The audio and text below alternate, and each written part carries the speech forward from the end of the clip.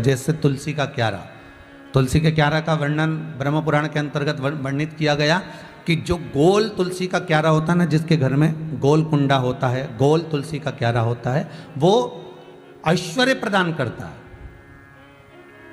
समृद्धि देता है। चौकोर तुलसी का क्यारा वंश की वृद्धि देता है। जिस नारी को संतान नहीं होती, जिस नारी को संतान या पुत्र प्राप्त नहीं होता, ब्रह्म पुराण कहती है अगर घर में चौकोर तुलसी का क्यारा है और उस चौकोर तुलसी के क्यारे में तुलसी जी रोपित है, और तुलसी अगर रोपित है आपके द्वारा, आपने उसको रोपित करा है, आपने उसको लगाया है, आपने उसको उछारा है, और उसकी पूजन आप प्रतिदिन करती हो, और शाम के समय पर यदि तुलसी में आप दीप लगा देती हो, तो यह पक्का है कि आपको वंश की वृद्धि जरूर होगी, आपका वंश जरूर बढ़ेगा।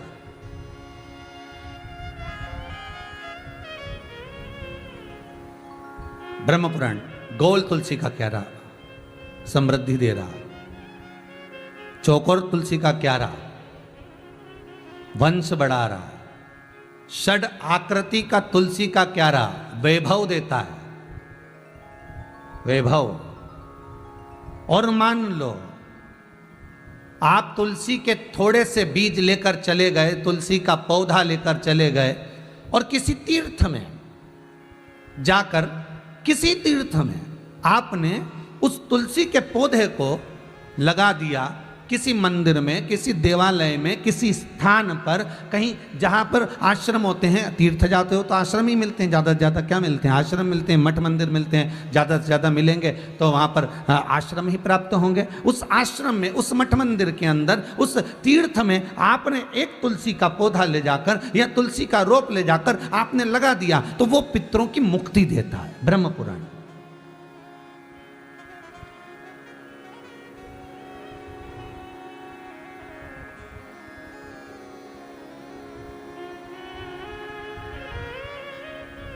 हमारे पुष्टि मार्ग के अंतर्गत, वैष्णव धर्म पुष्टि मार्ग के अंतर्गत श्री वल्लभ कुल बालक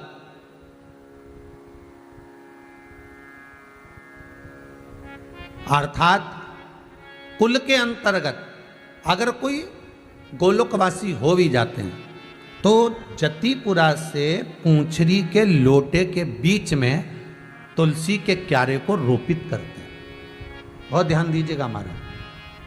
तो श्रीमद् वल्लभाचार्य जी ने यह नियम क्यों बनाया, और सभी के लिए नहीं है ये वल्लभ कुल बालकों के लिए एकाग्रता का भाव कि ठाकुर के चरणों में उनको छोड़ दे। पर ब्रह्म पुराण कहती है कि तुलसी का जो पौधा है, तुलसी का जो बीज है, उसको हम जो रोपित कर रहे हैं तीर्थ में जाकर, तो उसका फल क्या है? ध्यान दीजिएगा, गोल कुंडा समृद्धि देगा, चौकोर कुंडा वंश की वृद्धि देगा, षड आकृति का कुंडा आपको वैभव प्रदान करेगा, और तीर्थ में जाकर यदि आप तुलसी के पौधे को रोपित करते हो तो वो पितरों की शांति, पितरों का मुक्ति देता है, पितृ मोक्ष। तुलसी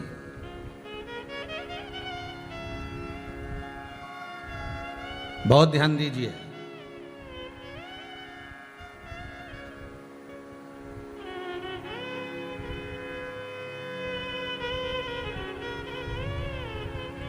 एक गलती इंद्र से हो गई थी, एक गलती इंद्र कर गए, और वो इंद्र ने गलती क्या करी कि शिव जी की शादी हो रही है और वज्र का प्रहार कर रहा है। देव ऋषि नारद का जब अहंकार गया, देव ऋषि नारद का जब अभिमान टूट गया, तब देव ऋषि नारद को समझ में आया कि मुझसे गलती हो गई, मैंने शंकर का अपमान कर दिया। कितना सुंदर भाव है, देखिएगा। पाप बुरा है, पाप बुरा है,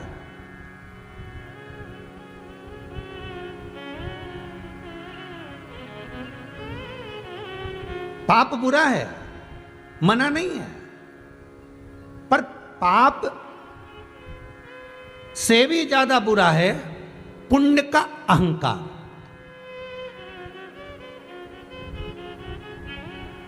भाई ध्यान दीजिएगा, जितने लोग सुन रहे हो आस्था पर, जितने टीवी पर सुन रहे हो, जितने मोबाइल पर सुन रहे हो, पाप बुरा है, मना नहीं है, बहुत बुरा है पाप, पर पाप से भी बुरा है पुण्य का अहंकार।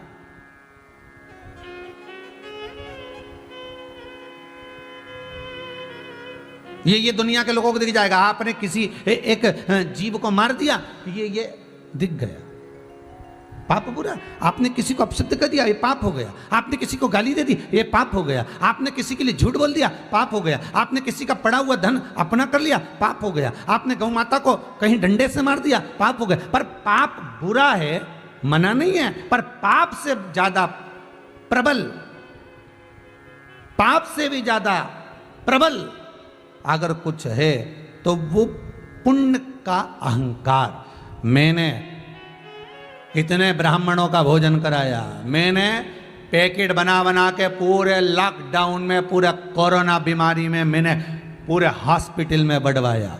हमने वहां जाकर इतने भोजन के पैकेट बढ़वाए, हमने इतनी भोजन की थालियां भेजी, हमने ये करवाया, हमने वो करवाया। किसी को ऑक्सीजन नहीं मिल रही थी, हमने ऑक्सीजन दे दी। किसी को ये नहीं मिल रहा था, हमने ये कर दिया। अरे पाप से ज्यादा भी प्रबल अगर कुछ है तो तुम्हारे पुण्य का अहंकार,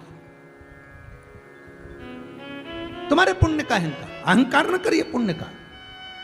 आपने अगर किसी ब्राह्मण को भोजन कराया है, आप उसको वहीं तक सीमित रख दीजिए, सीमित।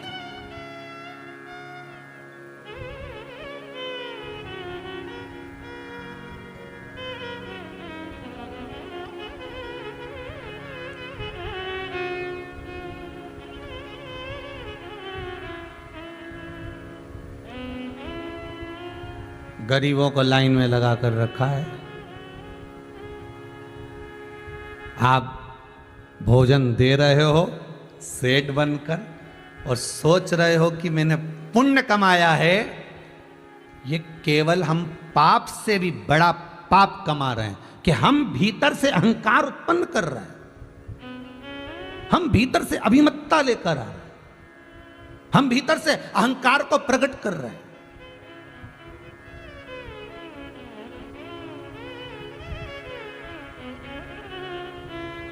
ये अहम हमारा सामने प्रकट हो जाता है।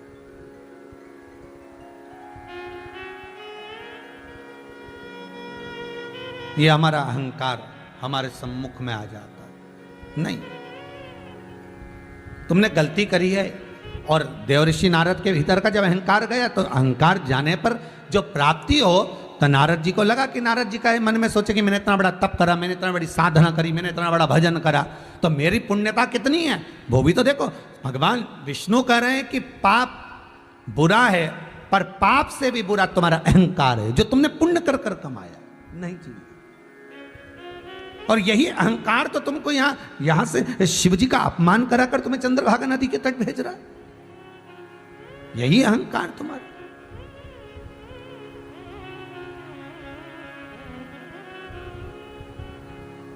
एक छोटा सा पाप कर्म इंद्रदेव से भी हो गया। क्या हुआ? वो जरा सी माला जो गले में माला पहनते थे, उसी माला को हाथ में उतार कर फेर ली। अब देखिए उसका प्रायश्चित क्या, उसका क्रम क्या, वो ध्यान रखिएगा हमारा। और ऐसी गलती एक नहीं हजारों लोग करते हैं, हजारों। बस गले में से माला उतारी, तुरंत जपने बैठ गए, फिर गले में धारण कर लिया। उसका फल देखिए क्या है। भगवान शंकर का विवाह माता पार्वती के साथ में पक्का हुआ। मां जगत जननी माता पार्वती और शिव का मंगल विवाह पक्का हुआ। शिव दूल्हा बन रहे हैं, पार्वती दुल्हन बन रही हैं। शंकर दूल्हा बनकर, पार्वती दुल्हन बनकर जब दोनों का विवाह हो रहा है, बारात के लिए सारे नगर नगर में 33 कोटि देवताओं को सूचना दी गई। 33 कोटि देवताओं।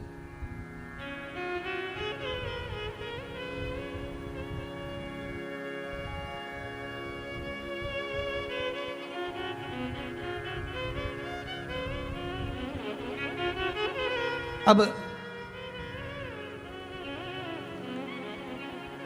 33 कोटि देवताओं को जब सूचना प्रदान करी गई,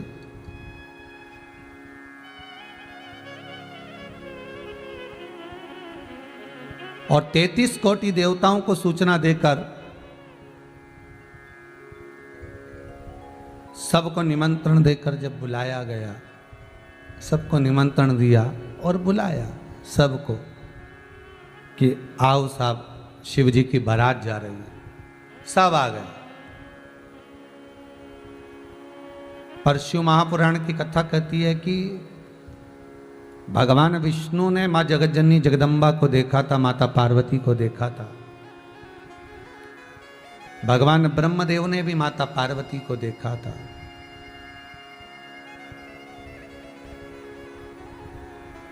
देवऋषि नारद ने भी मां जगतजननी जगदम्बा माता पार्वती को देखा था। पर इंद्र ने और बाकी के जो देव थे बहुत सारे, इन्होंने नहीं देखा था। होता है अखबार में किसी व्यक्ति की सूचना आए कि फलाना फलाना व्यक्ति सीहोर में ही रहता था, फलाना फलाना व्यक्ति इंदौर में ही रहता था, वो व्यक्ति भोपाल में ही रहता था, और वो व्यक्ति चलेगा। वो रहता था पर बहुत लोग पहचानते होंगे, अपन नहीं जानते। बहुत लोग जानते होंगे पर अपन नहीं पहचान पा रहे।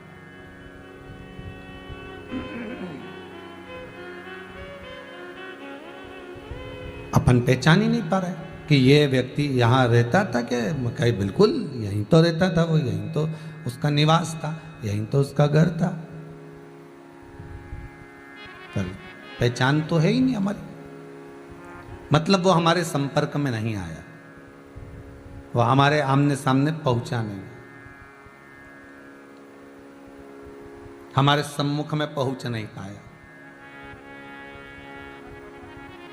होता है कभी कभी, जैसे आस्था चैनल पर कथा चल रही है और वो कथा कोई छोटे छोटे गांव में हो सकता है कि लोग उसको नहीं देख पाते हों या नहीं सुन पाते हो शिव पुराण, तो कई लोग अपने अपने प्रदेशों में, अपने अपने जिलों में, जैसे जमशेदपुर में, इंदौर में, उज्जैन में, परतवाड़ा में, नीमच में, कई लोग प्रतिदिन इस आस्था चैनल की कथा को अखबार के माध्यम से,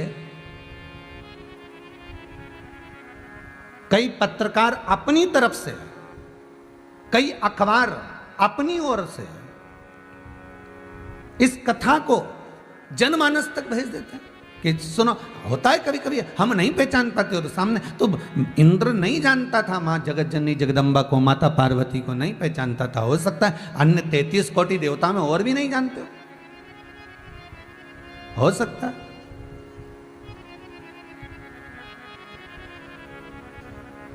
अब बारात चली, खूब धूम धड़ाके से चली, खूब आनंद से चली, खूब प्रेम से चली। अब बारात में 33 कोटि देवता भी थे, तो ये विचार करा कि केवल 33 कोटि देवता जा रहे हैं। शंकर भगवान ने मन में सोचा, इन देवताओं को तो सभी के यहाँ जाते हैं, देवताओं के यहाँ, पर मेरे जो प्रिय हैं ये भूत चुड़ैल, ये प्रेत, तो ये अगर बारात में आए तो एक आनंद का अनुभव होगा, क्योंकि इनको कोई नहीं बुलाता, इनको तो मुझे बुलाना, तो इनको क्यों ना मैं बुलाऊं। और शंकर जी ने डमरू खड़काकर भूत प्रेत डाकनी पिशाचनी चुड़ैल सबको निमंत्रण भी दे दिया। सब आ भी गए और सब चल भी दिए। चलने के बाद सीधे दरवाजे पर पहुँचे, और दरवाजे पर जब पहुँचते हैं, दरवाजे पर जब जाते हैं, तो जैसे ही दरवाजे पर पहुँचे वैसे कि वैसे ही पार्वती जी शंकर भगवान को देखकर थोड़ी सी चक्कर खा गए। मैनावती शंकर जी को देखकर चक्कर खा, पार्वती नहीं, मैनावती शिव को देखी और चक्कर खा गई।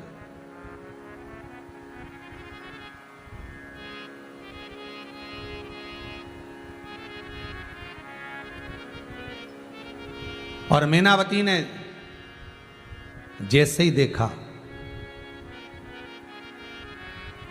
बाबा भूत भावन को, चक्कर खा गई मैनावती। इतना भयंकर स्वरूप, इतना भयंकर, शीश गंगा बह रही है, गले में सर्प पड़ा हुआ है, कमर पर सर्प बंधा हुआ है, तन पर कोई वस्त्र नहीं, केवल भस्म लपेटे हुए हैं। कानों के कुंडल में बिच्छू पड़े हुए हैं, बिच्छू, इतना भयंकर स्वरूप। अब इतने सारे बाराती हैं, सब आए हैं। आपके यहां भी शादी होती है, ढेर सारे लोग आते हैं।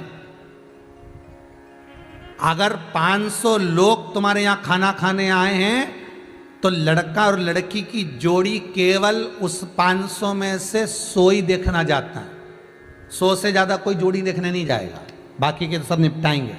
बफेट में जितना सामान रखा है सब खाएंगे। हो, कोई नहीं देख रहा कि जोड़ी कैसी है, साहब लड़की कैसी है, लड़का कैसा है, बाराती कैसे हैं, कोई को मतलब नहीं। उनको तो चाउमीन ने पानी पतासा ने छम्मक लड्डू ने गुलाब जामुन गाजर का हलवा ये सब दही बड़ा पकौड़ी भजिया, उनको इनसे मतलब। उनको ना छोरी से मतलब ना छोरा से मतलब, उनको तो खाना है और जाना। पूरे ग्राउंड में घूमते रहेंगे, पूरे ग्राउंड।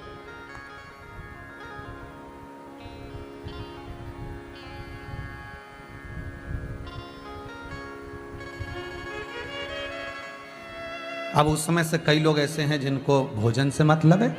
शादी में कई लोग ऐसे भी आते हैं जिनको दहेज से मतलब रहता है। क्या क्या दिया, अलमारी तो दी है, इस पर नाम भी लिखा है, इनके जी जाने दिए, फिर फ्रिज भी दिया है, फिर वॉशिंग मशीन भी दी है, और ये एलसीडी भी दी है। तो फिर वो देखते हैं कुछ लोग। फिर कुछ लोग ऐसे होंगे जो उसमें से मिनक भी निकालेंगे, बुराई ढूंढने जाते हैं।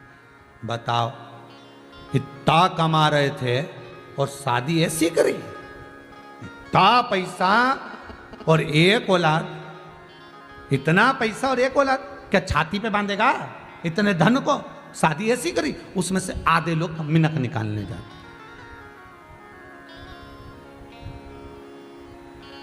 होते हैं।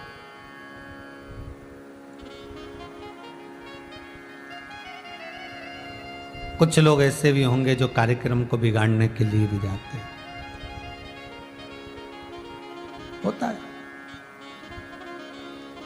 शंकर की शादी में भी बहुत गए थे साहब। 33 कोटि देवी देवता थे, रुद्रगण, डाकनी, पिशाचनी, चुड़ैल, भूत भयंकर, सब जा रहे हैं। दरवाजे पर पहुंचे तो मैनावती को चक्कर आ गया शिव का स्वरूप देखकर। गोदी में हिमालय राज के मैनावती चक्कर खाकर जब नीचे गिर गई, ब्रह्म पुराण कहती है हिमालय राज ने माता मैनावती को ये गोदी में लिया है, और गोदी में ले जाकर अंदर पहुंचे तो मां पार्वती के मुख से निकला, मां तुझे हुआ क्या है, तुझे हुआ क्या?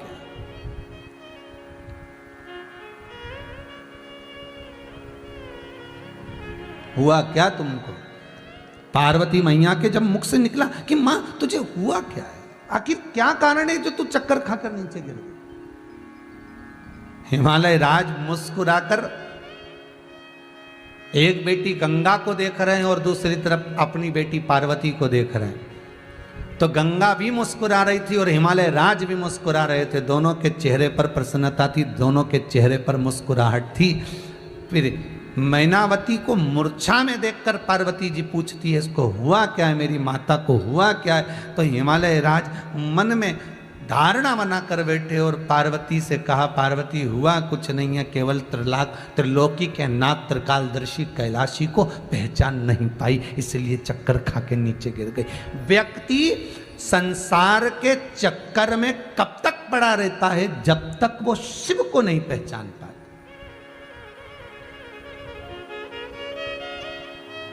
और जिस दिन शंकर को पहचान गया, फिर एक बार शंकर का हो गया तो वापिस आता नहीं। मरने के बाद कौन वापिस आया? जब एक बार शमशान में पहुंच गया तो कौन वापिस लौट के आया? गया तो गया।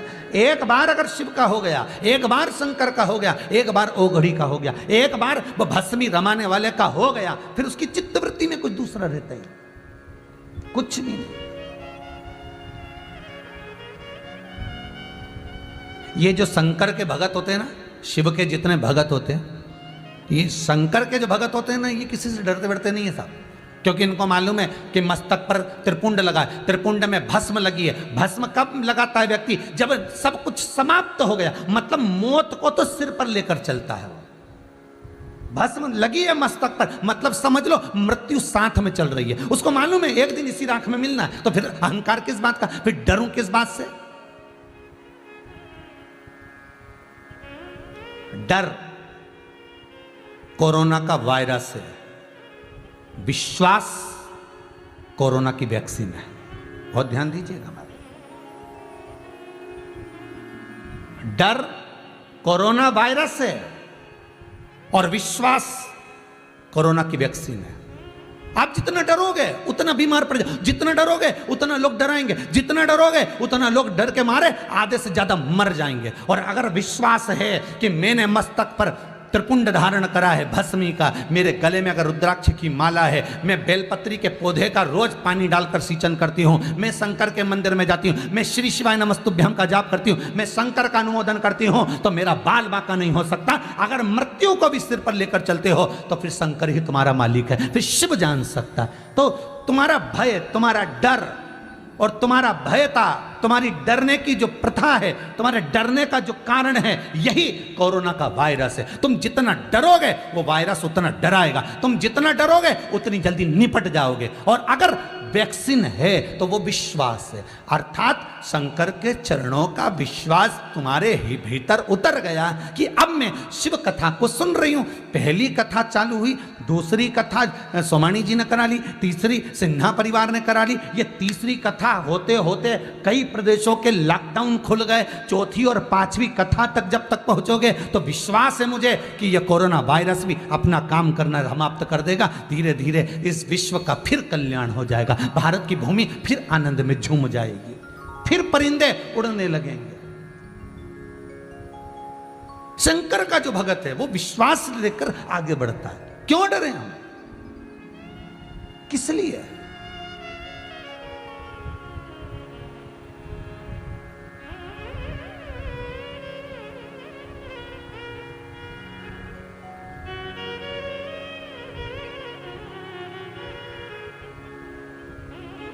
कल किसी का मैसेज आया था समीर जी के पास में, तो वो बोल रहे थे कि तुम्हारे कुबेरेश्वर धाम में क्या लोग बाग कथा सुनने आते हैं? गुरु जी जिस तरह से कथा वाचते हैं ऐसा लगता है वहाँ भीड़ अच्छी खासी होती होगी। मेरा निवेदन है आस्था चैनल वालों से कि एक बार जरा हाल जरूर दिखा देना कि यहाँ कोई नहीं है, केवल ये वाद्य यंत्र वाले बैठे हैं और एक ये सिन्हा परिवार का जो प्रतिनिधि कर रहे हैं रूठिया जी, ये बैठे हुए, इसके सिवा कौन यहाँ कौन होगा? एक राघव जी मिल जाएंगे और दूसरे आस्था चैनल पे फोटो बनाने वाले और साउंड, बस इसके सिवा कौन मिलेगा? तो कहा कि इतनी प्रबलता में कोई भी नहीं तो फिर कथा कैसे बच रही? तो उसका कारण है कोई से मतलब मत रखो। यहाँ तो हर श्वास में, हर धड़कन में, हर पत्ते में, हर पशु में, हर जलचर में, हर थलचर में, हर कंकर में, प्रत्येक एक एक कंकर में जब शंकर है तो शंकर को ही तो कथा सुना रहे हैं। स्वयं तुमरुका जी कथा किसको कह रहे हैं? शिव महापुराण की कथा की विद्वेश्वर संहिता उठाओ। आपको इतनी बार कथा सुनाई, उसमें एक ही तो कथा है कि शंकर पार्वती जजमान बने और तुमरुका जी उनको कथा सुना रहे हैं। जब शंकर पार्वती जजमान बनकर कथा सुन रहे हैं तो वो मेरा शंकर, वो मेरा ओघड़ी, वो मेरा दयालु, वो मेरा दातार हर कण कण में बैठकर, हर कंकर में शंकर है ये जानकर, हर एक में शिव समाया है उसको पहचान कर कथा आप जितने लोग टीवी पर सुन रहे हो, मोबाइल पर सुन रहे हो, फेसबुक यूट्यूब पर सुन रहे हो, आप में भी शंकर समाया है। यह कथा आप जैसे शिव को श्रवण कराया जाएगा। ये कथा आपके भीतर बैठे हुए मेरे महाकाल राजा को सुनाया जा रहा है। और विश्वास रखना, डरना नहीं। डर ही कोरोना है और विश्वास उसकी वैक्सीन है, विश्वास उसकी औषधि है।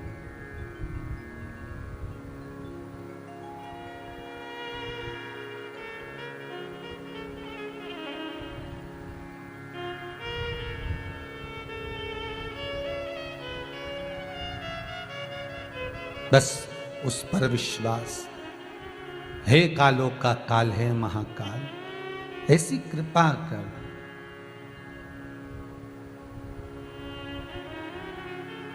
उज्जैनी के राजा कभी कृपा नजरिया दुखिया पे डालना रे। उज्जैन के राजा कभी कृपा नजरिया दुखिया पे डालना रे। ओ भोले राजा उज्जैन के राजा कभी कृपा नजरिया दुखिया पे कभी कृपा नजरिया दुखिया पे डालना रे। ओ भोले राजा उज्जैन के राजा कभी कृपा नजरिया दुखिया पे डालना रे। ओ भोले राजा उज्जैन के राजा कभी कृपा आप भी गाइए नजरिया भाव से बड़े प्रेम से आनंदित होकर। उज्जैन के राजा कभी कृपा नजरिया दुखिया पे डालना रे। हो उज्जैन के राजा कभी कृपा नजरिया दुखिया पे डालना रे। राजा महाराजा कभी कृपा नजरिया राजा महाराजा कभी कृपा नजरिया दुखिया पे डालना रे। ओ भोले राजा उज्जैन के राजा कभी कृपा नजरिया दुखिया पे डालना रे।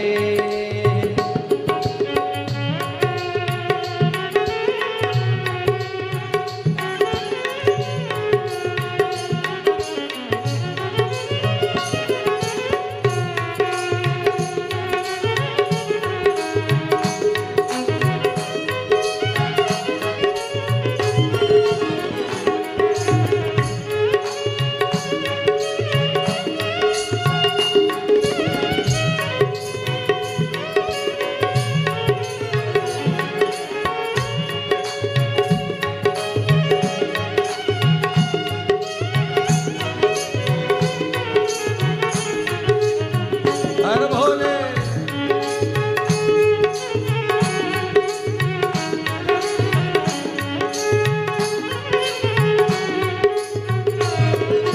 जय हो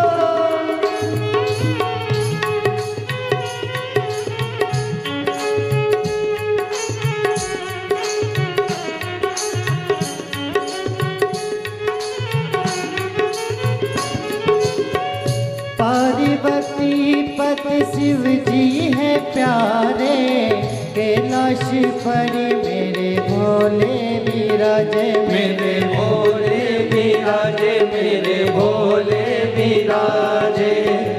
पार्वती पति शिव जी है प्यारे कैलाश परी मेरे भोले विराजे मेरे भोले विराजे मेरे भोले विराजे।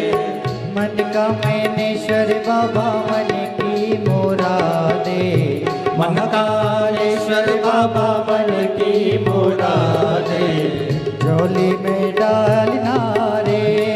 ओ भोले राजा उज्जैन के राजा कभी कृपा नजरिया दुखिया में डालना रे। ओ भोले बाबा उज्जैन के राजा कभी कृपा नजरिया दुखिया पे डालना रे। ओ भोले बाबा उज्जैन के राजा कभी कृपा नजरिया दुखिया पे डालना रे।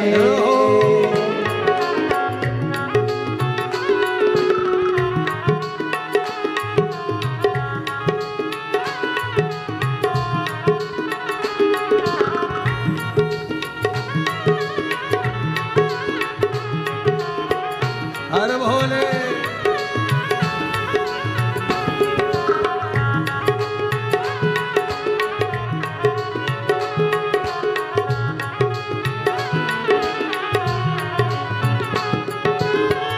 नैनों में ज्वाला आँखों में ज्वाला जटा में गंगा पे मृगशाला भोले पहने मृगशाला, भोले पहने मृगशाला। नैनों में ज्वाला, आँखों में ज्वाला, जटा में गंगा, पहने मृगशाला। भोले पहने मृगशाला, भोले पहने मृगशाला। खुलती है जब उनकी तीसरी वो अखियाँ, खुलती है उनकी जब तीसरी जो अखियाँ। पांडव कर डालना रे, ओ भोले बाबा उज्जैन के राजा, कभी कृपा नजरिया दुखिया पे डालना रे। ओ भोले राजा, उज्जैन के राजा, कभी कृपा नजरिया दुखिया पे डालना रे। हे शंकर, हे त्रिकालदर्शी, है कैलाशी, है अविनाशी, मेरा भोलेनाथ, मेरा शंभु है सा।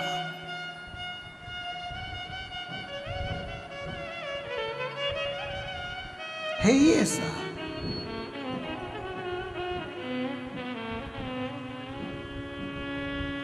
हिमालय राज मैनावती को बेहोशी में, मूर्छा में देखकर पार्वती को बिलखता देखकर कहते हैं, तू रोती क्यों है?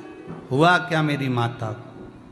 कुछ नहीं, केवल पहचानने में चक्कर आ गया। व्यक्ति चक्कर में ही जब पड़ता है, जब तक पहचान नहीं पाता।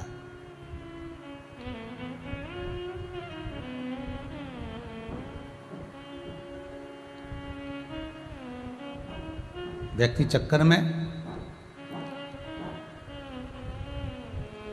जब तक वो भगवान को नहीं पहचाना, तब तक वो संसार के चक्करों में पड़ा रहा। संसार के चक्कर। और जिस दिन वो परमात्मा को पहचान गया, फिर कोई चक्कर ही नहीं पड़ता, क्योंकि वो चक्रधारी ही मिल जाता। बहुत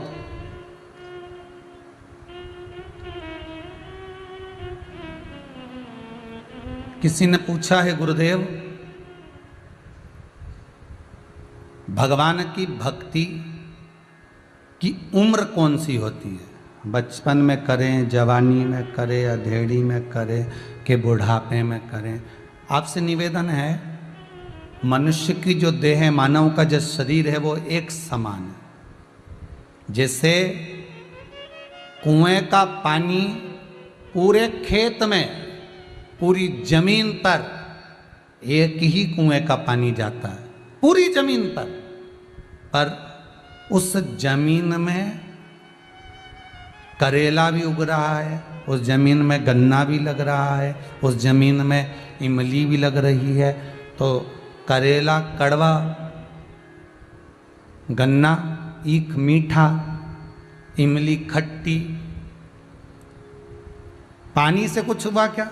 नहीं, पानी तो एक जैसा दिया गया है, बस जो बीज लगाया गया, करेले का बीज लगाया तो करेला कड़वा, इमली का बीज लगाया तो इमली खट्टी, गन्ना लगाया तो वो मीठा। ये बीज का अंतर है। उसी तरह आपके बचपन में, आपकी बाल्य अवस्था में जो संस्कार दिया जाएगा, वैसा ही पौधा लगकर बाहर आएगा। भक्ति का बीज लगाओगे तो भक्ति में भगवान मिल जाएगा।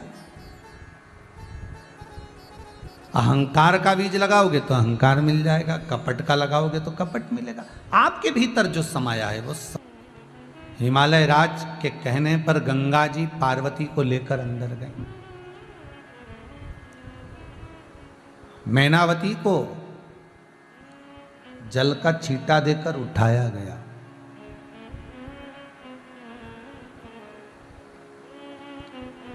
उठो, अभी तुम जान नहीं पाई हो शिव को, पहचानी नहीं हो। मैनावती के मुख से शब्द निकल गया। मैनावती कहती है, आप शंकर भगवान से मेरी बेटी का विवाह करना चाहते हो? हाँ। वो तन पर कोई वस्त्र नहीं है, तन पर कोई आभूषण नहीं है, बड़ी बड़ी जटाएं बांधा हुआ, कोई मोड़ बांध कर नहीं आए। गले में बड़े बड़े सर्प पड़े हुए हैं, कानों में बिच्छू पड़े हुए हैं। मेरी बेटी हिमालय राज की पुत्री, जिसके घर में नौकर और चाकर और सब सारा सुख समाया हुआ है, वो बेटी मेरी, वो मेरी पुत्री वहां रहेगी कैसे? कैसे रहेगी? एक बात बहुत ध्यान से सुनना, पहले भी कही, आज फिर कहते हैं, आप बच्चों को पढ़ा लिखा सकते हो, आप बच्चों को डॉक्टर बना सकते हो, आप बच्चों को इंजीनियर बना सकते हो, आप बच्चे को कलेक्टर बना सकते हो, आप बेटे को डीएसपी एसपी सब कुछ बना सकते हो। आप अपनी बेटी को पढ़ा सकते हो, लिखा सकते हो, अव्वल बना सकते हो।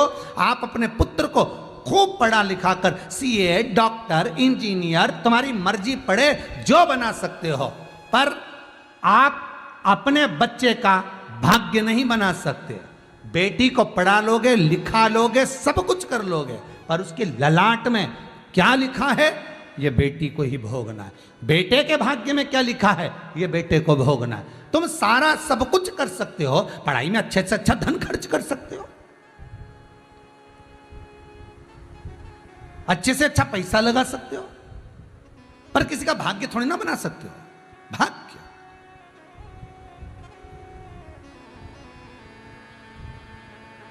ग्वालियर में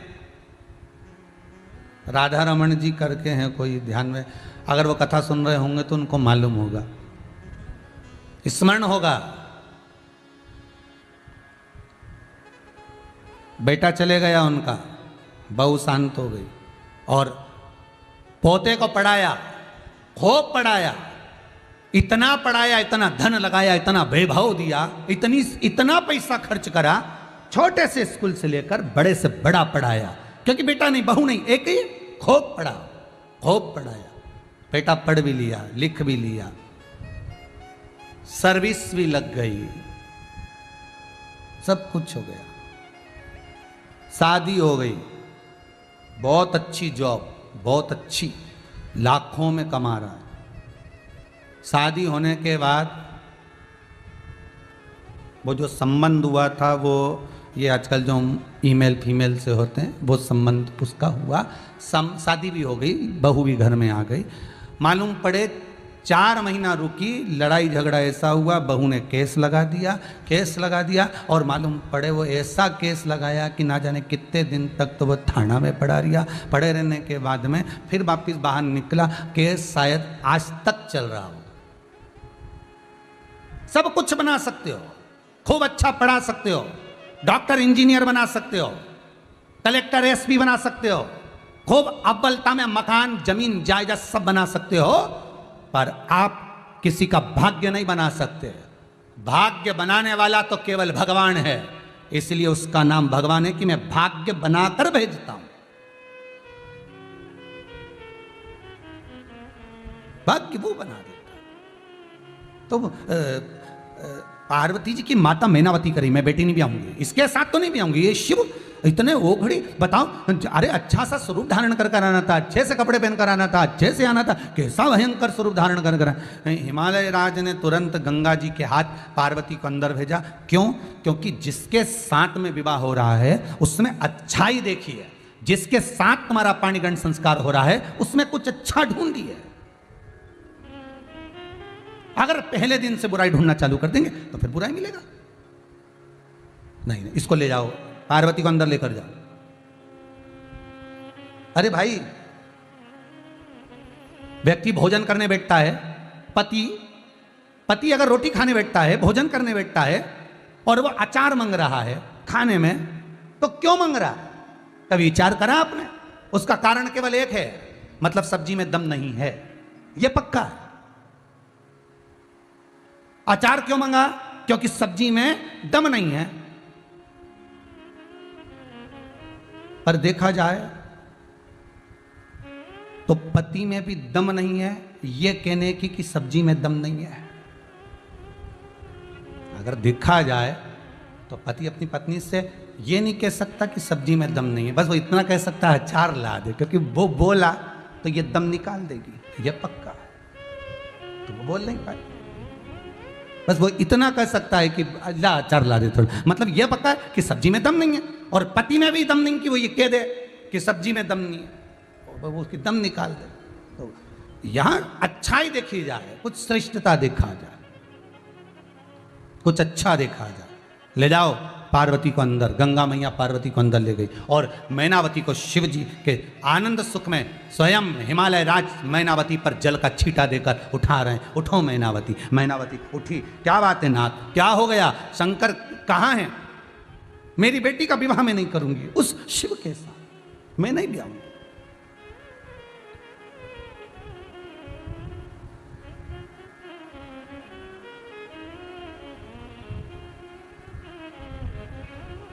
मैना, तुमने अभी शंकर को सही से देखा नहीं, तुम सही से पहचानी नहीं है शंकर को।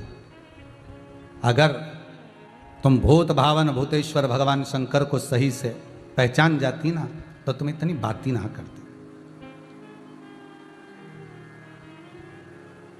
तुम शिव को पहचानी नहीं हो अभी।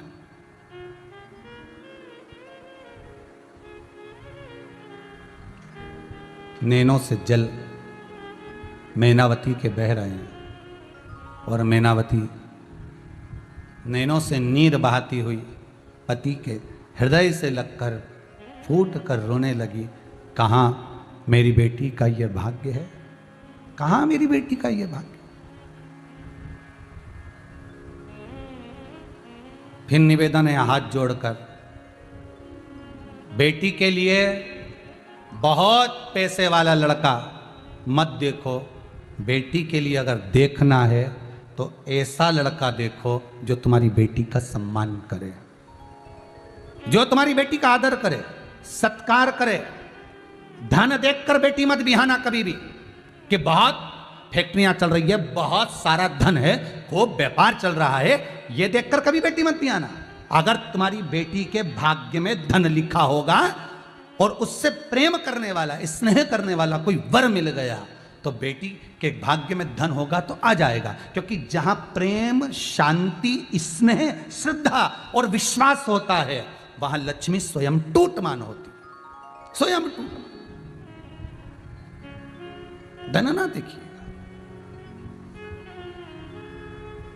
इतने सालों में कथा करते करते कई साल हो गए साहब, और उसमें हमने कई जगह देखा, कई जजमानों के यहाँ भी जाते हैं साहब, हमने वो तो बहुत अच्छा लड़का देखा था, बहुत पैसा देखा था साहब, 2-2, 3-3 फैक्ट्रियाँ चल रही थी, इसके बाद भी बेटी की किस्मत में दुख लिखा है गुरुदेव, बड़ी दुखी है बेचारी, बहुत तकलीफ में है। तो तुमने धन देखा? थोड़ा सा प्रेम, थोड़ा सा स्नेह, थोड़ा सा मन भी देखना चाहिए। क्या ये लड़का जिसके साथ हम बेटी को ब्याह रहे हैं, ये हमारी बेटी को सम्मान देगा कि नहीं देगा? आदर करेगा कि नहीं करेगा? सत्कार करेगा कि नहीं करेगा? उसके दुख सुख में शामिल होगा कि नहीं होगा? उसकी तकलीफ को वो बांटेगा कि नहीं बांटेगा? फिर वही वाली बात आ गई, गाय, बेटी और लक्ष्मी 50 बार विचार करना तब किसी को देना। लक्ष्मी भी ऐसे भिखारी के कटोरे में मत देना जो उसका आदर ना करे और ले जाकर मदिरा पान में लगा दे, व्यसन में लगा दे, जुए में लगा दे, मांसाहार में लगा दे। ऐसे को लक्ष्मी मत देना, ऐसे भिखारी के कटोरे में पैसा मत डालना। दूसरा, गाय को ऐसे ब्राह्मण को मत देना जिसके रहने के लिए खुद के मकान की कमी हो, खुद के खाने की कमी पड़ रही हो, और गौ माता को ले जाए और मालूम पड़े दूध के चक्कर में थोड़े दिन रखा, और थोड़े दिन रखने के बाद मालूम पड़े उसको बेच दिया, धीरे धीरे वो कसाई के पास चली गई, काटी गई, गाय बद्दुआ देगी। तीसरा, कन्यादान करने से पहले 50 बार विचार करना, क्या लड़की हम जिस घर में दे रहे हैं वो लड़का इसका सम्मान कर रहा है ना कर रहा, आदर करेगा ना करेगा, पहले उसको देखो। धन नहीं, ये दौलत, ये सत्ता नहीं, उसको सुख है कि नहीं वो देखा था। क्या करोगे धन का? फिर वही वाली बात आ गई, जब तक आप कमाते थे, दुकान पर बैठते थे, फैक्ट्री पर बैठते थे, तो रोज टिफिन की ठंडी रोटी तुम्हारे भाग्य में आती थी, टिफिन की ठंडी रोटी तुम खाते थे। और जब से लॉकडाउन में घर में बैठे हो, रोज गर्म रोटी खा रहे हो, ये परमात्मा की कृपा। कुछ नहीं चल रहा तो भी गर्म रोटी दे रहा है, ये शंभू है, ये त्रिकालदर्शी शंकर है, यह कैलाशी, ये ओघड़दानी, बड़ा कृपालु है। बड़ा दयालु। हम पहचान नहीं पाए। मैनावती रो रही है, मैं बेटी नहीं भी आऊंगी, नहीं दूंगी मैं बेटी। समझाया, क्या कारण है, मैं ऐसे के साथ नहीं भी आऊं जिसको दूल्हा बनना तक नहीं आया, तो वो क्या तुम उसे पहचान नहीं पाए हो। अभी हाल तुमने धनपतियों को देखा कि भगवान विष्णु के पास में बैकुंठ है, इंद्र के पास में इंद्र स्वर्ग लोक का अध्यक्ष बनकर बैठा हुआ है, स्वर्ग का अधिपत्य है। ब्रह्मा के पास में ब्रह्मलोक है और शिव के पास मृत्यु लोक है। तुम अभी जानी नहीं हो।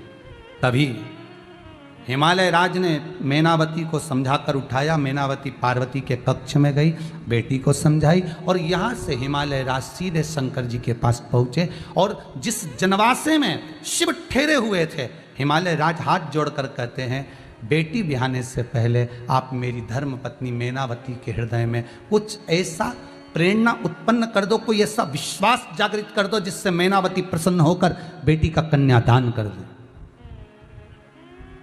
बेटी का कन्यादान। पार्वती जी ने मैनावती को समझाया, मानो समझो, नहीं माने तो हिमालय राज की बुद्धि में भगवान शंकर ने कह दिया, एक काम हो सकता है कि पार्वती का स्वयंवर, भले बारात आ गई, पार्वती का एक स्वयंवर रख दिया जाए। पार्वती का स्वयंवर? जो पार्वती आपसे प्रेम करती है, जो पार्वती आपसे स्नेह करती है, जो पार्वती आपके लिए प्राण देने को तैयार हो गई, और नासिका की एक श्वास लेना और दूसरे से छोड़ देना, फिर एक ही छिद्र से श्वास लेना और छोड़ना, कुछ नहीं खाना, वो पार्वती अपने प्राण दे रही है आपके लिए, और आपके लिए स्वयंवर रख दो। रखो स्वयंवर, जिससे केवल मैनावती को नहीं, इस बारात में ना जाने कितने और आए हैं जिनको विश्वास नहीं है, उनको जरा दर्शन कराना। रखो स्वयंवर। अब तो मैनावती खुश हो गई कि मेरी बेटी का स्वयंवर है, तो नारायण के गले में माला पहनाएगी, ब्रह्मा के, तो मेरी बेटी सुंदरता भी तो देखेगी, मेरी बेटी धन भी तो देखेगी। पर जब सभा लगी हिमालय राज के यहाँ, ब्रह्म पुराण कह रही है, जब सभा लगी हिमालय राज के यहाँ, सब बैठ गए। और सब जब बैठे, और उसी समय पर बस पार्वती मैया हाथ में माला लेकर पधारी। शंकर भगवान 5 चोटी के छोटे से बालक का रूप रख लेते, अपनी 5 चोटी शंकर भगवान ने कर ली। पंचानंद, पंचामृत, पंचस्वरूपा, 5 चोटी छोटी छोटी शंकर भगवान ने बना ली, छोटे से बालक का रूप ले लिया। शिव महापुराण के अंतर्गत 5 बेलपत्र का प्रमाण है। शिव महापुराण के अंतर्गत स्कंद पुराण में भी आता है। अगर आप बेलपत्री उतार रहे हो, बेलपत्री तोड़ रहे हो, छांटना नहीं है आपको कि बेलपत्री के वृक्ष में तुम छांटते फिरो कि 5 पत्ती की ढूंढूंगा, नहीं नहीं। आप जब बेलपत्री उतार रहे हो और उतारते समय तुम्हारे हाथ में 5 पत्ती की बेलपत्र आ जाए, 5 पत्ती की बेलपत्र आ जाए, तो ध्यान देना, ये 5 पत्ती की बेलपत्र का क्या करा था माता पार्वती ने, उसको समझिएगा जरा ब्रह्म पुराण से।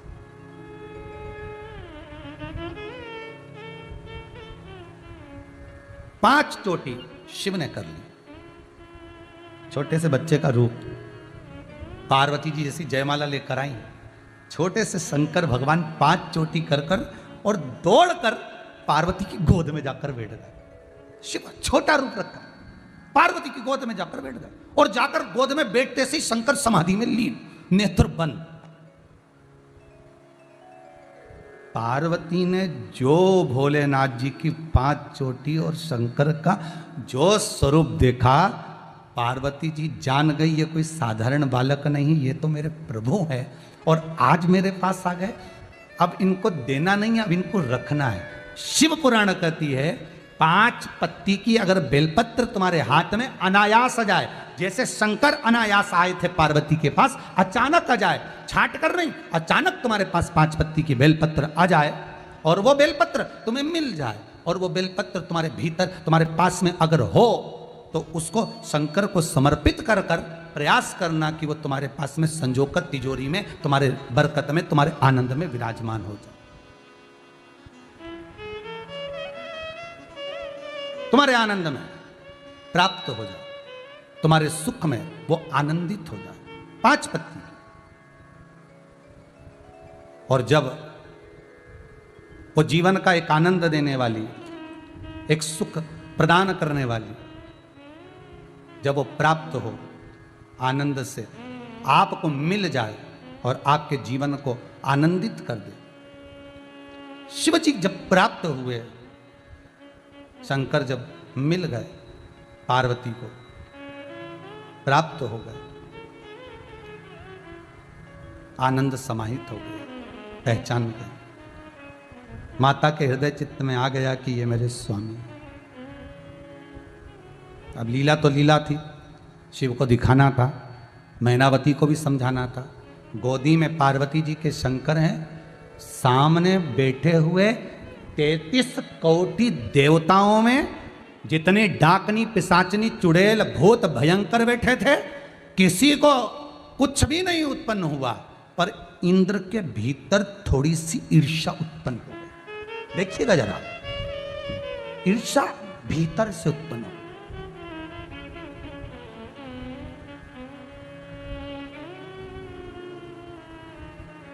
भीतर से। जैसे ही ईर्ष्या उत्पन्न हुई, और ईर्ष्या उत्पन्न होते से उसी समय उसी पल चारों तरफ चर्चा होने लगी।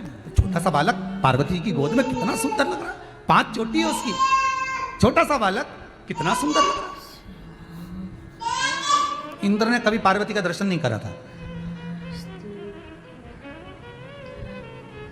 एक बात हमेशा याद रखना अपनी जिंदगी में, जिस व्यक्ति से तुम कभी मिले ही नहीं हो ना, जिससे तुम्हारा कभी संपर्क नहीं हुआ ना, उसकी कभी बुराई मत करना, क्योंकि उसकी अच्छाई तुम्हें मालूम ही नहीं। इधर आ, इधर आ। जिस समय तुम मिलोगे, उससे बात करोगे, तब तो मालूम पड़ेगा कि व्यक्ति में अच्छाई कितनी है। अरे उस व्यक्ति की अच्छाई कब मालूम पड़ेगी? जब तुम मिलोगे। तुम मिले ही नहीं तो अच्छाई कैसे मालूम? एक बार भगवान कृष्ण सो रहे थे और नेत्र बंद थे, भगवान बड़े प्रेम से सो रहे थे, और सोते सोते भगवान कृष्ण थोड़ा सा बड़बड़ा दिए नींद में, सुदामा सुदामे सुदामे सुदामे। जैसे कृष्ण के मुख से सुदामे सुदामे निकला, रुक्मणी की ना चरण हिलाया प्रभु का, प्रभु प्रभु प्रभु। भगवान पूछे क्या हुआ, तुमने मुझे जगाया क्यों? आप कुछ सुदामे सुदामे कह रहे थे। सुदामे? भगवान बोले रुक्मणी मेरा मित्र है, बहुत दिनों के बाद मुझे उसकी याद आई, पर मुझे ऐसा लगता है कि मुझसे ज्यादा उसको मेरी याद आई होगी। रुक्मणी जी बोली जब आप किसी को याद कर रहे हो तो मतलब ये पक्का है कि ये द्वारका का जो राज्य है, सोने की जो ये नगरी है, मुझे लगता है कि सुदामा की तो फिर हीरे की या पन्ना की नगरी होगी, यह पक्का है। जब एक फैक्ट्री वाला दूसरे को याद कर रहा है तो मतलब ये पक्का है कि उसकी भी 2-4 फैक्ट्री होगी। नहीं नहीं नहीं। फिर रुक्मणी जी बोली मतलब आप याद कर रहे हो तो मतलब मुझे ऐसा लगता है कि उनके कोई चीज तो उनके पास में अच्छी होगी जिसको आपने याद करा है। कुछ धन, कुछ दौलत, कुछ सत्ता, कुछ वैभव, कुछ नाम, कुछ ख्याति, कुछ प्रतिष्ठा, कुछ तो होगी। भगवान बोले नहीं नहीं नहीं। फिर रुक्मणी जी बोली तो इतना बड़ा द्वारका का नाथ किसी को याद करे तो क्या है उस सुदामा के पास में? भगवान कृष्ण कहते हैं रुक्मणी उसके पास में कृष्ण है, कृष्ण है। हाँ, सांदीपनी ऋषि के आश्रम में एक बार मैंने सुदामा से कहा था, सुदामा अगर तुझसे कोई कुछ मांगे और तेरे सामने कह दिया जाए कि दुनिया का सारा राशि ठाट रखा है, सारा वैभव रखा है, सारी दौलत रखी है, दुनिया का सारा सुख रखा है, तू मांग ले, तुझे क्या चाहिए? कृष्ण कहते हैं रुक्मणी से, सुदामा के मुख पर मेरे गुरु सांदीपनी ऋषि के सामने एक शब्द आया था, अगर कोई दुनिया की सारी दौलत, सारा वैभव, सारी सत्ता, सारा सुख मेरे सामने रख दे और कहे मांग तुझे क्या चाहिए, तो मैं कृष्ण तुझे मांग लूंगा। क्योंकि तू मेरी दौलत है, तू मेरी सत्ता है, तू मेरा वैभव है, तू मेरी प्रतिष्ठा है, तू मेरा आनंद है, मैं तुझे मांगूंगा। रुक्मणी जी पूछती हैं उसके पास में क्या है? कृष्ण कहते हैं उसके पास में कृष्ण है, सबसे बड़ी दौलत ही कृष्ण है।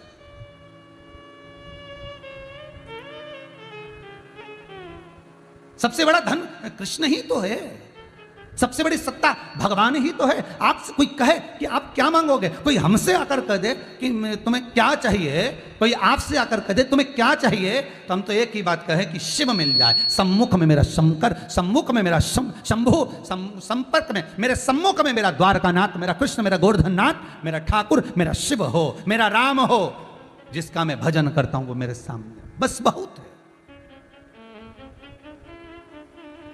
बहुत।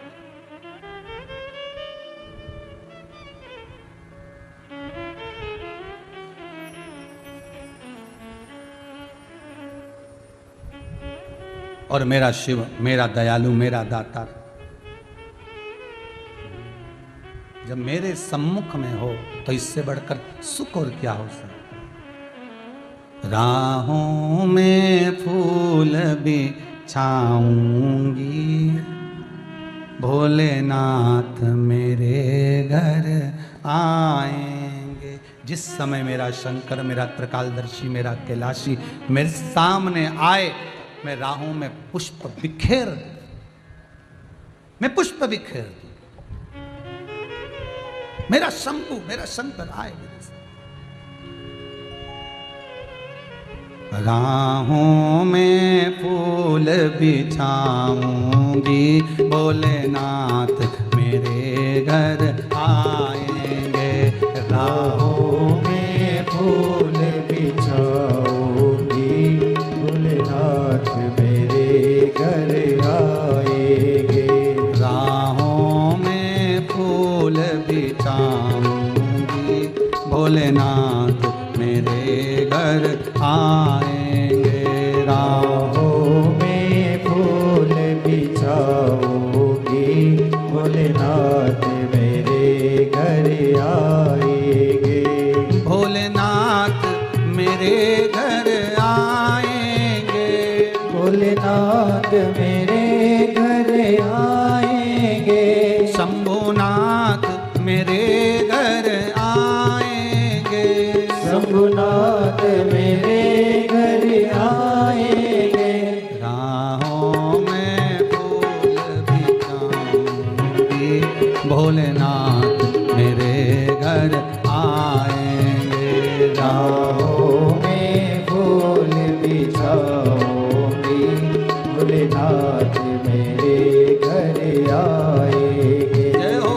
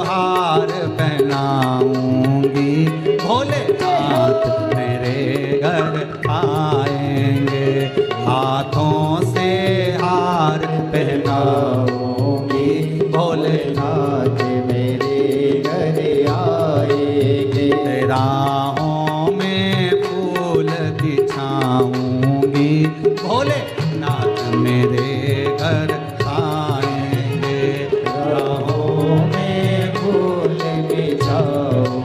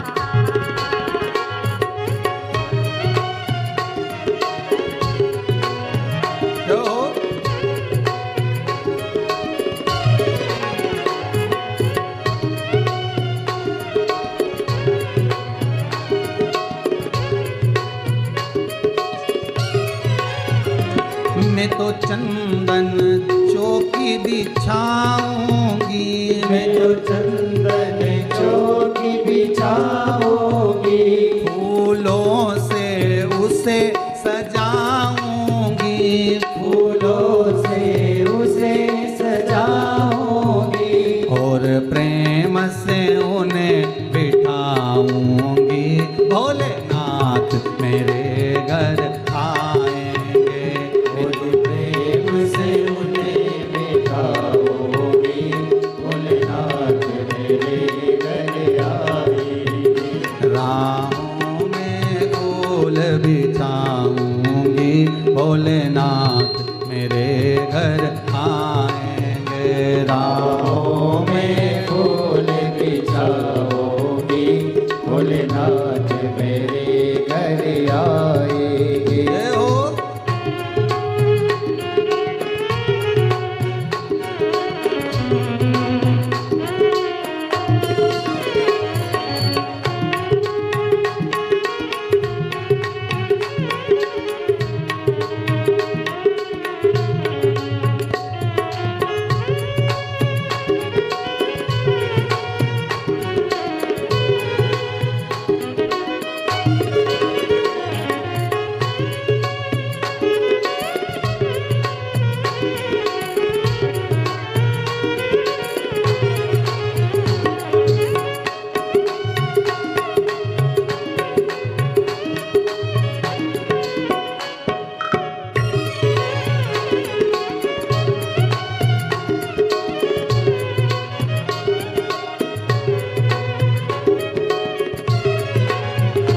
मैं तो 56 भोग बनाऊंगी, मैं तो 56 भोग बनाऊंगी, हाथों से अपने खिलाऊंगी, हाथों से अपने खिलाऊंगी, और प्रेम से भोग लगाऊंगी।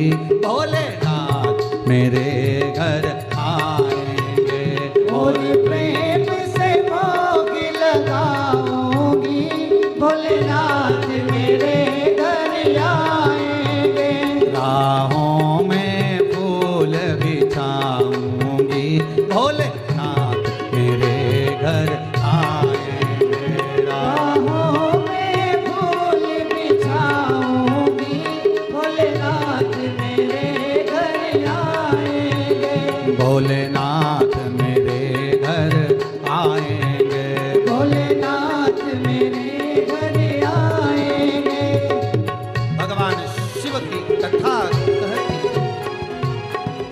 शंकर की कथा कह रही है, शिव की उदारता कह रही है, शिव की करुणा कर रही है कि भगवान औघड़दानी, त्रिकालदर्शी, कैलाशी, अविनाशी शिव के सम्मुख में हिमालय राज ने जो कहा था, शंकर वैसी की वैसी लीला कर रहा है। मन के भ्रम को निकालना।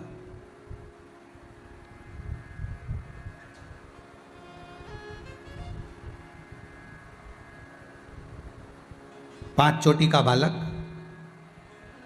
शिव की वही स्वरूप, शंकर का वही स्वरूप, पांच चोटी का स्वरूप धारण कर कर, बच्चे की अवस्था धारण कर कर पार्वती जी की गोद में जाकर बैठ गए, समाधि में लीन हो गए, पड़े हुए, नेत्र बंद करे हुए, कुछ बोलते ही नहीं है। इंद्र को थोड़ा सा अंदर से ईर्ष्या हो रही है, चर्चा बहुत सुन रहे हैं, पांच चोटी है उस बालक की, बड़ा विद्वान, उसके चेहरे पे क्या चमक है। फिर वही वाली बात था कि ईर्ष्या करो, मना नहीं, तुम्हारी मर्जी हो तो, पर निवेदन है जिससे मिले ही नहीं उससे ईर्ष्या करके क्या करोगे। किसी एक संत की, महंत की, भगवंत की, भजन करने वाले की, कीर्तन करने वाले की, नाम जप करने वाले की, स्मरण करने वाले की, नाम कीर्तन में डूबे हुए व्यक्ति की तुम उससे एक बार मिलो तो जाके कि वो व्यक्ति कैसा है। और तुमने तो बस एक व्यक्ति ने बुराई करना चालू करी, वो महाराज ऐसा, वो व्यक्ति ऐसा, वो कथा कर, वो भजन करने वाला, वो स्मरण करने वाला, वो ऐसा, और दुनिया के लोगों ने उसकी जो निंदा करना चालू करी, उसमें सब शामिल होते गए, स्वाहा, सब शामिल, पूरे के पूरे। ये सुख नहीं है। उससे तुम मिले हो क्या? उससे जाकर आप एक बार संपर्क करे हो? एक आध बार आपका मिलना हुआ उससे? जब व्यक्ति से तुम मिले ही नहीं तो बुराई क्यों कर रहे हो?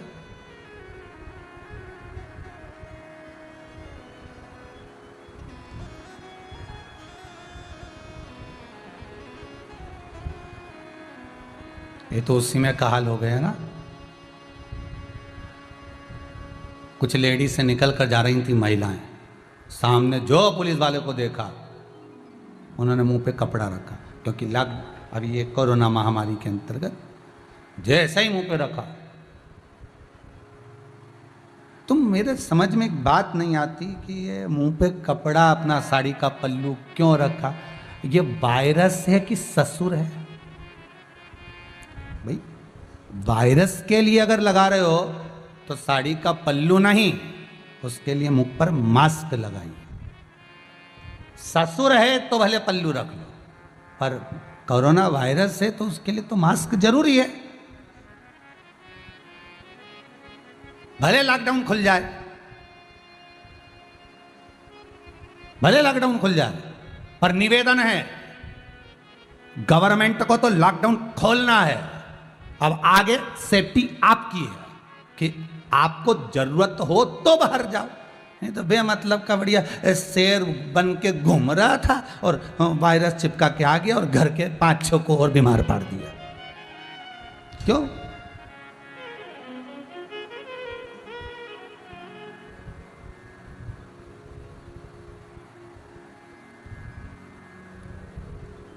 महाराज इंद्र भीतर से ईर्ष्या कर, जैसे इंद्र ने ईर्ष्या करी और भगवान शंकर जो गोदी में सोए हुए थे पार्वती मैया की, और ईर्ष्या कर कर इंद्र को लगा कि इतनी सुंदर राजकुमारी माता पार्वती की गोद में ये छोटा सा बालक ना जाने कहां से आकर पड़ गया है। 5 चोटी है उसकी, 5 चोटी।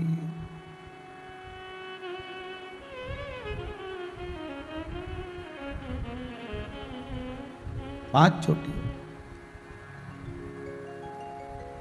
ना जाने कहां से आ गया। क्रोध आ गया इंद्र को, और इंद्र ने तुरंत वज्र उठाया और उस बालक को नष्ट करने के लिए जैसे फेंकने वाले थे, शंकर भगवान ने अपनी एक चोटी हिलाई। जैसे हिलाई तो वो चोटी तो हिल गई नहीं, इंद्र ऐसा कैसे ही रह गया स्टेचू बनकर स्थिर। ना वज्र हिला, ना इंद्र हिला, ना आंख हिली, ना श्वास हिली, थम गया। वो बच्चे लोग खेलते ना स्टेचू, बिल्कुल एकदम ना हिलना ना डुलना, बस एक जैसा स्थिर हो गया, एक जैसा। अब इंद्र ने प्रयास करा हिलने का, पर हिल नहीं पाया। फिर एक देव और आगे आ गया। अभी कथा में कहा था, एक अगर बुराई करना चालू कर दे तो उसकी सपोर्ट में 2-4 भेरू और इकट्ठे हो जाते बुराई करने के लिए। वो ऐसा फिर एक आ गया। शंकर भगवान ने फिर चोटी को हिलाया, दूसरा स्टेचू तैयार कर दिया। दूसरा तैयार। शिव तो शिव हैं, ओघड़ी तो ओघड़ी है।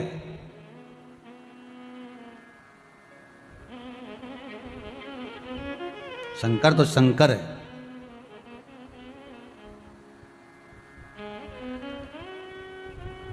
आपको मालूम होगा एक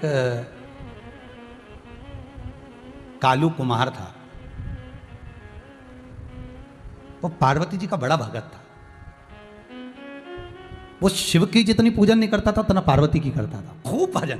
तो एक दिन पार्वती जी बड़ी खुश हो गई उस कालू भगत कालू कुमार पर, और कुमार को देखकर माता पार्वती ने शंकर जी से कहा, मेरा भगत है, कुछ नहीं मांगता, बस एक ही चीज मांगता है कि मैं आपके साथ शिव के साथ कैलाश पर रहूंगा, मुझे कैलाश पर रखो। पार्वती जी ने जिद पकड़ ली कि कालू कुमार को तुम रखो कैलाश पर। शंकर भगवान बोले, हर किसी को कैलाश पर रखें क्या? एक तो छोटा सा तो घर, उनमें भी 50 को भर ले तू।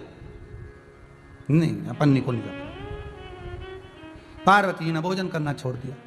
कहा अब स्त्री क्या करे, सबसे पहले आभूषण ही स्त्री का, युद्ध करती बनता नहीं तो वो सबसे पहले खाना छोड़ देती।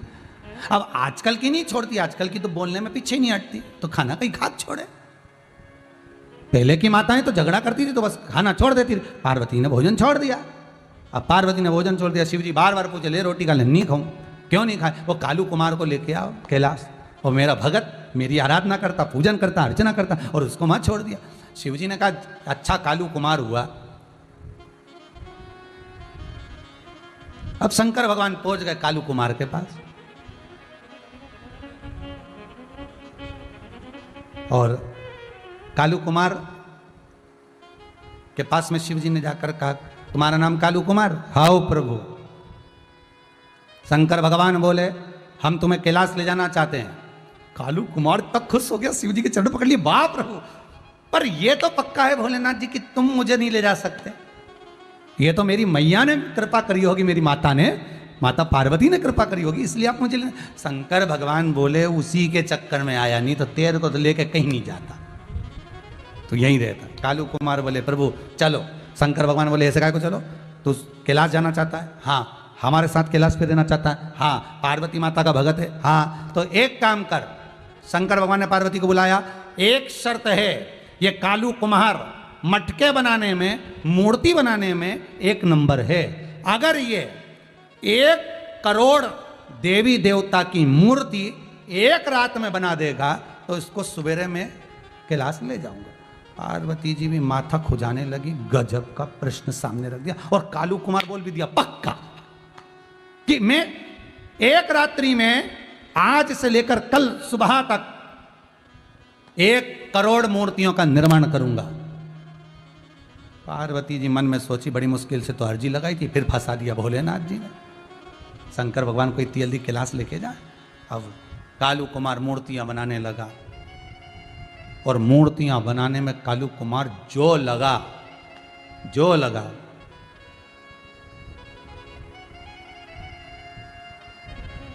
बनाते बनाते बनाते बनाते बनाते बनाते सुबह हो गई, एक मूर्ति रह गई 1 करोड़। कितनी मूर्ति रह गई? 1। शिवजी और पार्वती दोनों आ गए, चलो जरा देखें मूर्ति बनी कि नहीं बनी। कालू कुमार की मूर्तियों की जब गिनती करना चालू हुई तो 1 मूर्ति कम थी, 1 मूर्ति कम। कालू तुम्हारी 1 मूर्ति कम है, इसलिए अब तुम कैलाश नहीं जा सकते। कालू कुम्हार की आंख में से जल बहने लगा, मैं भले ना जाऊं, पर मैंने जिन देवताओं की मूर्तियों का निर्माण करा है, इसमें वो देवता अपना स्पर्श कर कर चले जाएं। आज भी भारत की भूमि पर त्रिपुरा में ऊनाकोटी आज भी स्थिर है, जहां पर भारत की भूमि की सबसे ज्यादा मूर्तियां, गिनती लगाओ 1 करोड़ मूर्ति में केवल 1 मूर्ति कम मिलेगी, और पूरे 11 किलोमीटर के अंदर ऊनाकोटी में शंकर 33 कोटि देवताओं की मूर्तियां मूर्तियां मूर्तियां मूर्तियां पूरे पत्थरों पर, पूरे पहाड़ों पर बनी मिलेगी। कितनी मूर्ति कम? 1 करोड़ में 1 मूर्ति कम। इतनी मूर्ति पूरी दुनिया में कहीं नहीं होगी जितनी ऊनाकोटी में, त्रिपुरा में।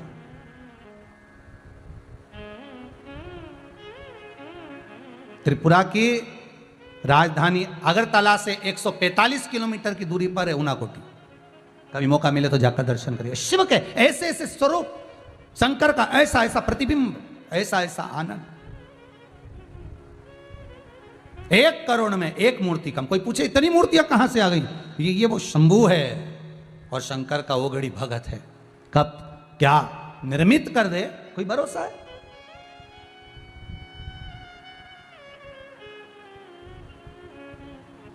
शंभू विराज। इंद्र के भीतर थोड़ी सी ईर्ष्या जागृत हो गई। होता है, पहले भी कथा में कहा था, ऊंच निवास नीच कर तूती, देख न सकही पराई विभूति। होता है कभी कभी ऊंचे स्थान पर बैठने के बाद भी लोग गलतियां निकालते रहते हैं। जब तुम्हारे पास में इतना अच्छा स्थान है, तुम्हारे पास में इतनी अच्छी कुर्सी है, तुम्हारे पास में इतना अच्छा पद है, तुम इतने बड़े भक्त लिखते हो, इतने बड़े साधु, इतने बड़े सन्यासी, इतने बड़े तपस्वी, इतने बड़े राजा, इतने बड़े महाराजा लिखते हो, तो भी तुम दुनिया के लोगों की गलतियां छाट रहे हो। तो ऊंच निवास नीच करतूती, देख न सकई पराय विभूति। ये व्यक्ति के भीतर का जब अहम फूलता है तो वो गलतियां छाटता रहता है। शंकर भगवान ने देखा, स्थिर कर दिया। दूसरा उठ के खड़ा हुआ, उसको स्थिर कर दिया। ब्रह्म पुराण कहती है तीसरा उठकर खड़ा हुआ। 33 कोटि देवता जो शंकर की बारात में आए, उसी बारात में से 4 लोग खड़े हो गए।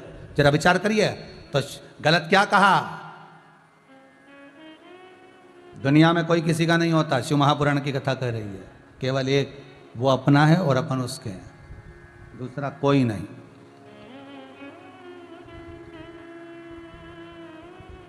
बस एक है, उसके सिवाय कोई नहीं। हम परमात्मा के, परमात्मा हमारा। किसी से पूछा आप किसका भजन करते हो? हम मदन मोहन का करते हैं। अच्छा, और अभी तो आप वहां पर कुछ कह रहे थे कि ये जो बिल्डिंग है ये हमारी है, और मदन मोहन का भजन कर रहे हो। तो शास्त्र में भागवत कहती है मदन मोहन कब मिलेगा? जब मद जाएगा तब तो मोह आएगा। तब तो मद और मोह समाप्त होगा, तब मोहन मिल पाएगा। अब मदन मोहन का भजन करो और मद मोह से ही नहीं छूटे तो भगवान मोहन कहां से मिलेगा? अहंकार थोड़ा छूट जाए। इंद्र का अभी बस बना दिया स्टेचू, पत्थर के हो गए इंद्र, ना हिलते ना ढुलते। वज्र भी वैसा की वैसे ही रह गए, उठ गए। ब्रह्मा जी गए उस इंद्र के पास में जाकर कहा, जिसके ऊपर तू वज्र चला रहा है इनको पहचानता है? इंद्र बोल नहीं पा रहे थे, केवल सुन रहे थे। ये त्रिकालदर्शी शंभु है, ये कैलाशी अविनाशी शंकर है, तो इनको पहचानता नहीं है? जान नहीं पाया माता पार्वती को और शंकर को, और तूने वज्र का प्रहार कर दिया? क्षमा। इंद्र कहते